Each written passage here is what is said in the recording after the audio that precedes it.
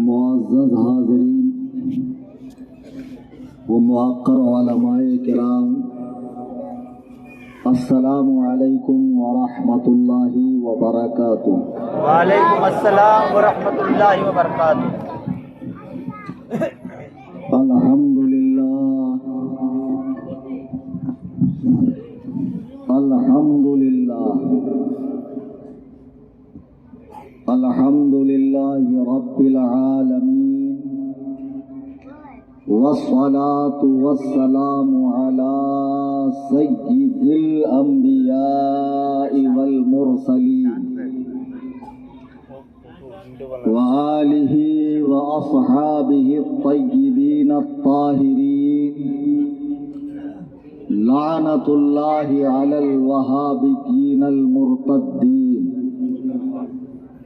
لعنۃ اللہ علی الرافضین المرتدین الی یوم الدین۔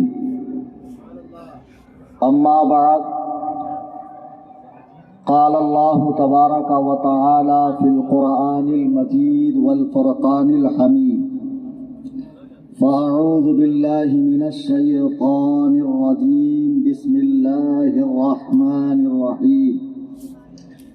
یا ایہا الذین آمنوا لا تتخذوا آباءکم وإخوانکم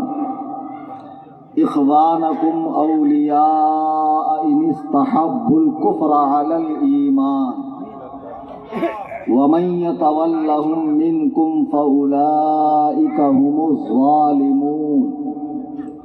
عن ابی ہریرہ قال قال النبی صلی اللہ علیہ وسلم، یکون فی آخر الزمان دجالون کذابون یأتونکم من الاحادیث بما لم تسمعوا انتم ولا آباؤکم، فإياكم وإياهم ولا يضلونكم ولا يفتنونكم، أو كما قال عليه الصلاة والسلام۔ اسٹیج پہ حاضر شہر پونا کے معزز علماء کرام، ائمہ مساجد، حفاظ کرام، مبلغین مسلک اعلیٰ حضرت اور دور و دراز قرب و جوار سے تشریف لائے میرے تمام سنی، جنتی، حنفی، بریلوی بھائیوں، آئیے ہم اور آپ غایت ادب و احترام کے ساتھ اپنی لو گنبد خضرا کی جانب لگا کر اللہ کے محبوب اعظم خاتم پیغمبراں احمد مجتبیٰ محمد مصطفیٰ ارواحنا فدا صلی اللہ تبارک و تعالی علیہ وسلم کی بارگاہ میں ہدیہ درود و سلام پیش کریں۔ اللہم صلی علی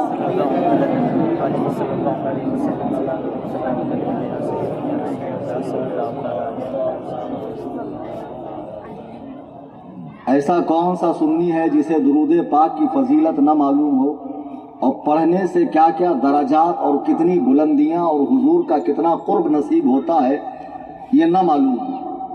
جب درود پڑھنے کی گزارش کی جائے تو کسی سنی کو خاموش نہیں رہنا چاہیے، تو با آواز بلند آگے سے لے کے پیچھے تک، دائیں سے لے کے بائیں تک سینے کا زور لگا کر درود پاک پڑھیں۔ اللہم صلی علی سیدنا شفیعنا مولانا محمد صلاۃ و سلام علیک یا سیدی یا رسول اللہ صلی اللہ علیہ وسلم۔ تقریروں کا سلسلہ 1 سال سے میں نے موقوف کر دیا تھا۔ ہمارے عزیزم امجد رضا حنفی سلمہ ربہ، صدر سنی جمعیت الاحناف پونا، ان کا مجھے فون آیا پونے کے سلسلے میں، تو میں نے سرے سے منع کر دیا کہ میں پروگرام میں آنے کا نہیں۔ پھر انہوں نے بڑی خواہش ظاہر کی، حالات کے حوالے سے گفتگو کی، ایسا ماحول ہے ویسا ماحول ہے، آپ کو آنا ہے، آپ جس موضوع پر چاہیں خطاب کریں۔ اب جب ایک خطیب کو سبحان اللہ کا موقع آئے گا، ہاں بہت بے چین ہیں آپ، اللہ تعالیٰ آپ کی روح کو قرار نصیب فرمائے۔ تو میں یہ عرض کر رہا تھا کہ جب انہوں نے تاریخ مانگی مجھ سے اور پھر کہا آپ جس موضوع پر چاہیں خطاب فرمائیں، تو